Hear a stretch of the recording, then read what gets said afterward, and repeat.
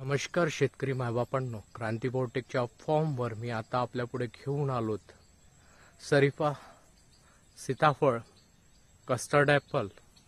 प्रत्येक भाषेमध्ये त्याला वेगवेगळे शब्द रचना आपण बघतो आहेत. महाराष्ट्रामध्ये आज मोठ्या प्रमाणात आणि महाराष्ट्राच्या बाहेर सुद्धा मोठ्या प्रमाणात सीताफळाच्या लागवडी वाढत आहेत. लोक यूट्यूब बघून सीताफळ लागवड करत आहेत.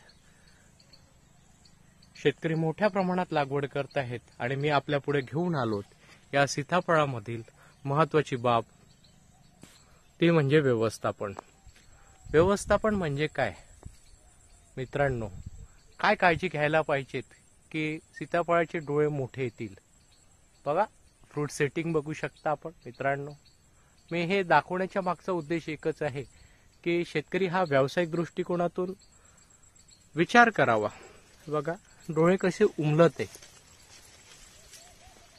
फळाचा साईज होत असताना त्याचे डोळे जेवढे स्वेल होतील तेवढा मार्केटमध्ये त्याची किंमत वाढते. हे वैशिष्ट्य जाणून शेतकऱ्यांनी त्या पद्धतीने त्याचं नियोजन करणं गरजेचं आहे. आज प्रत्येक घडीचं मी विवेचन याच्यासाठी देतो आहे, मार्गदर्शन, की शेतकरी हा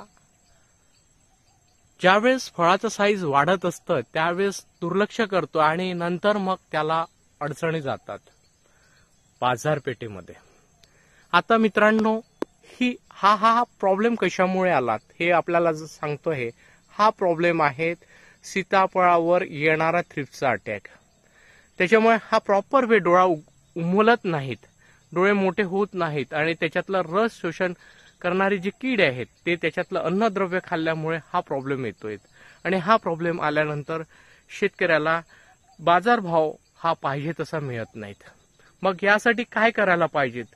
थ्रिप्सचं नियोजन कसं करायला पाहिजे? त्यासाठी निळे सापळे, पिवळे सापळे आपण या प्लॉटला देतोय. मोठ्या प्रमाणात प्लॉट्समध्ये आपण झाडाला लावतोय. दुसरं महत्वाचं, यावर येणारे ब्लॅक स्पॉट्स मी दाखवतो मित्रांनो. ब्लॅक स्पॉट, जर तुमचं फळ अट्रॅक्टिव्ह दिसायचं असेल तर तुमच्या फळावर ब्लॅक स्पॉट नकोच. बघा, हे थ्रिप्सने अति चाटल्यामुळे तसे ब्लॅक स्पॉट येतात किंवा बुरशीजन्य प्रकार, अति पाणी झालाय की असे ब्लॅक स्पॉट येतात. ते होऊ नये म्हणून शेतकऱ्यांनी काय करायला पाहिजे, यावर नियमित आपण जर फवारणी घेऊ शकत नसेल केमिकलची, आपण ऑर्गॅनिक पद्धतीने करत असाल तर मग काय करायला पाहिजे? वर्षातून 2 ते 3दा ट्रायकोडर्मा आणि स्पुडोमोनास जे जैविक बुरशीनाशक आहेत ते झाडाच्या बुडाला सोडायला पाहिजे. छाटणी झाल्यानंतर जे इफेक्टेड फळं आहेत किंवा झाडावर काळे जे पडलेले फळं आहेत ते काढून फेकायला पाहिजेत.